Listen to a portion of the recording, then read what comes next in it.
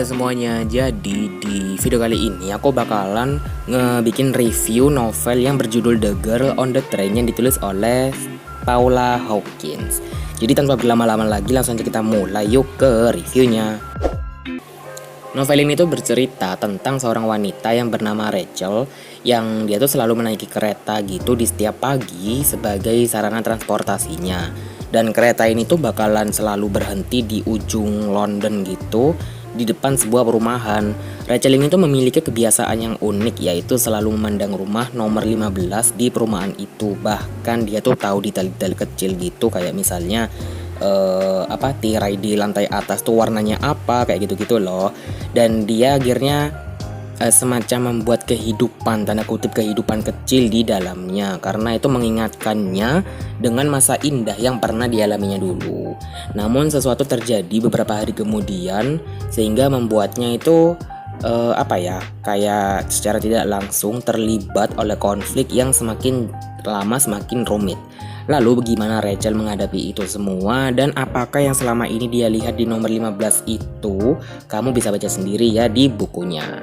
Untuk narasi di sini menggunakan sudut pandangnya orang pertama dan akan diceritakan dari 3 orang atau 3 tokoh yang berbeda-beda.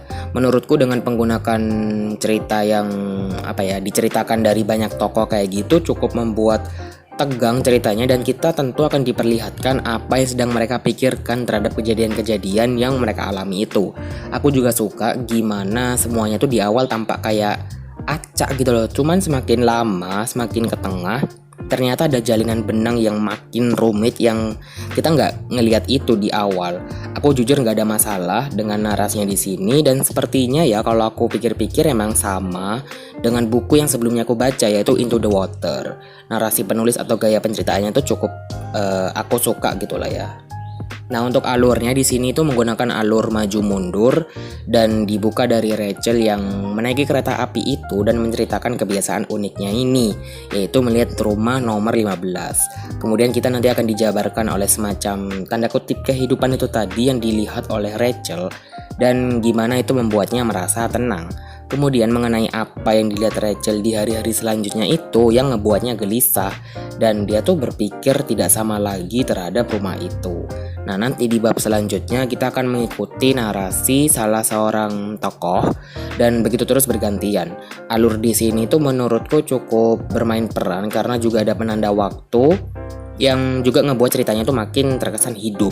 Penanda waktu itu yang membuat yang menurutku kayak kita tuh harus mencocokkan kejadian di waktu lalu dan di waktu sekarang atau sebaliknya. Next, untuk tokoh-tokoh di sini sebenarnya nggak terlalu banyak, cuman menurutku sih mereka semua cukup main peran dan sepertinya penulis tuh lihai banget untuk membuat karakteristik yang adalah satu tuh yang pasti ya, yang bikin emosi kita tuh kayak tersentil, yang bikin aku kayak marah dikit gitu. Ya begitu pula yang aku dapatkan di buku satunya, yaitu Into the Water. Pokoknya kayak persis deh ada satu tokoh yang benar-benar bikin kita tuh kayak gitu.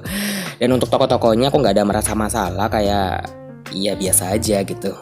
Sekarang untuk hal yang aku suka di sini yaitu adalah bagaimana penulisnya ini tuh menyusun ceritanya yang sebegitu rapinya gitu dan mengalirnya saat aku membaca. Aku juga suka gimana kejadian-kejadian di sini tuh seolah saling berhubungan satu sama lain dan diselipkannya kepingan-kepingan memori yang ceritanya tuh makin tegang lagi.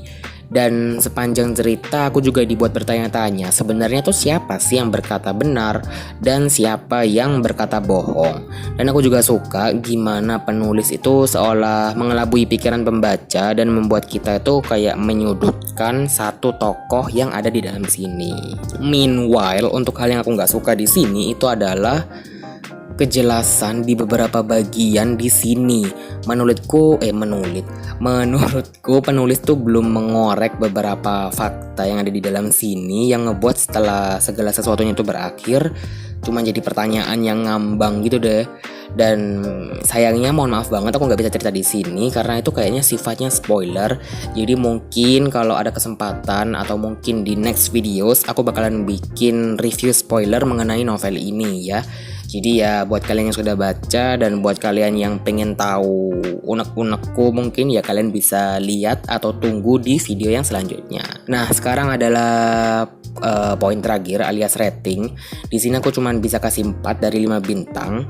Meskipun ratingnya kayaknya sama ya dengan Into the Water. Aku Into the Water juga kasih 4. Cuman dengan selesai membaca novel ini tuh cukup ngejawab rasa pertanyaanku. Cukup ngejawab rasa penasaranku. Oh my god, kenapa aku salah ngomong terus sih? Sama buku ini yang akhirnya aku tuh kesampaian juga kan buat baca. Dan aku denger sih buku ini tuh kayak mulai susah untuk dicari. Jadi kayak kebanggaan tersendiri gitu deh aku bisa punya dan baca buku ini. Oke, itu tadi adalah reviewku mengenai novel The Girl on the Train yang ditulis oleh Paula Hawkins. I'm so sorry kalau misalnya ngomongnya agak bertele-tele dan agak lama gitu ya, mohon maaf aja.